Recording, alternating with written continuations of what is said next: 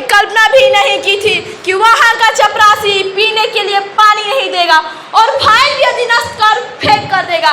लेकिन वह रुका नहीं, वह डिगा नहीं, वह हारा, वह जीता, वह परेशान हुआ लेकिन मायूस नहीं हुआ।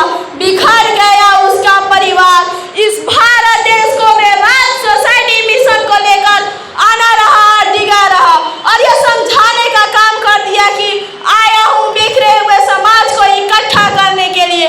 जब मौका मिला तो अपनी लेखनी के माध्यम से एक ऐसा दस्तावेज तैयार कर दिया जिसके माध्यम से हर नागरिक को सम्मान और समता लिख दिया। लेकिन बहुत बड़ा दुख होता है और बहुत बड़ी विडंबना है कि why we are honorable doctor Bhimrao Ambedkar is only two friends। हम डॉक्टर भीमराव अंबेडकर को दो फ्रेंड्स में क्यों देखते हैं, इनके व्यक्तित्व को रेखांकित क्यों किया गया है, ये सोची समझी चाल है। हमने जितना डॉक्टर पंडित जवाहरलाल नेहरू, लाला लाजपत राय को हमने जितना सुना, जितना साना, वो सबके सब जंगे क्रांति के नायक हैं, वे सबके सब जंगे क्रांति के वाहक हैं, वे अखिल भारतीय नेता हैं। तो हमारे डॉक्टर भीमराव अंबेडकर जिन्होंने इस देश का संविधान लिखा, वे संविधान निर्माता कैसे हुए?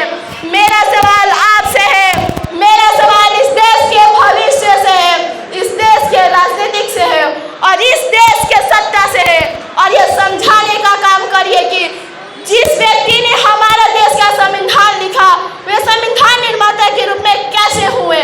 उनका पूरा परिचय होगा समाजशास्त्री डॉक्टर भीमराव अंबेडकर, इस देश के महिलाओं को अधिकार देने वाला डॉक्टर भीमराव अंबेडकर, इस देश के हर नागरिक को अधिकार देने वाला डॉक्टर भीमराव अंबेडकर। ऐसे संविधान रचयिता के सामने मैं बार बार सर झुकाकर सत